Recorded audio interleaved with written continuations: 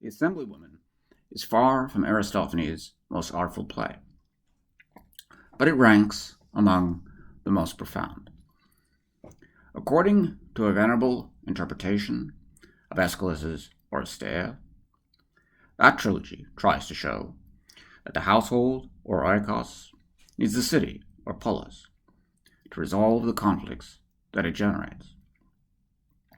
Aristophanes' Assemblywomen, I suggest, has a similar but stronger message, that the oikos needs the polis to perform its most basic function, reproducing itself across the generations. In short, for man, there are only two choices: bios politikos, or dissolution. The play's central conceit, the takeover of Athens by its women, provides the vehicle for that message, for it makes clear that that takeover involves the transformation of the polis into one great oikos. In turn, that oikos' looming failure to reproduce itself demonstrates just how deeply the oikos' need for the polis reaches.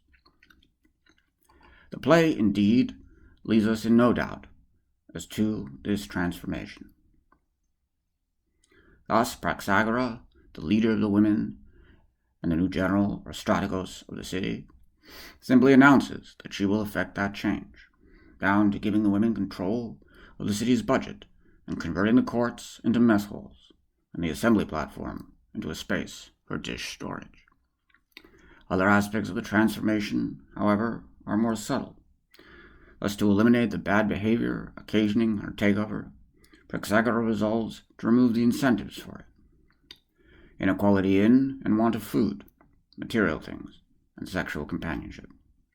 Accordingly, she decides that property and women will both be held in common, further stipulating that attractive men and women can only enjoy the companionship of each other after they have made themselves available to those that are not.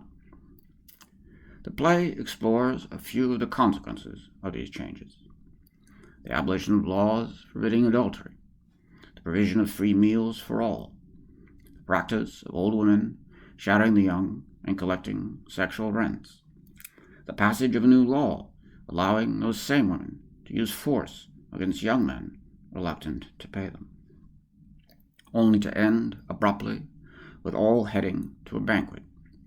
And while some groups benefit from these consequences, just as others suffer, a sense of doom hangs over the entire enterprise. It stinks, enervates, and depresses, like ugliness, sickness, and failure, in the only brains, hearts, and nostrils that would have mattered. The play, after all, does not address any of the groups that could benefit under such a scheme, but only that which would suffer most: competitive and honor-seeking men in what is still, in 393, a warrior society. To them, the coming failure of Praxagora's city would not have been difficult to detect.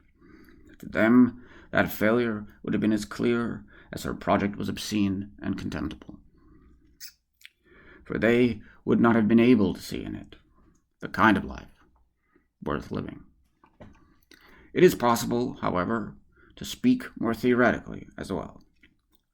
The reason the oikos needs the polis to reproduce itself is that it depends on a byproduct of men's political activity, the exercise of their political instincts.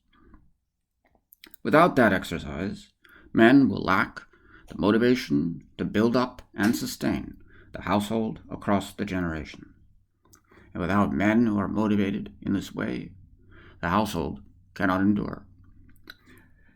That which spans the generations must be built, and women, although they nurture, do not build. But men can and will build, as long as they love honor, fear disgrace, and seek to leave behind a living name.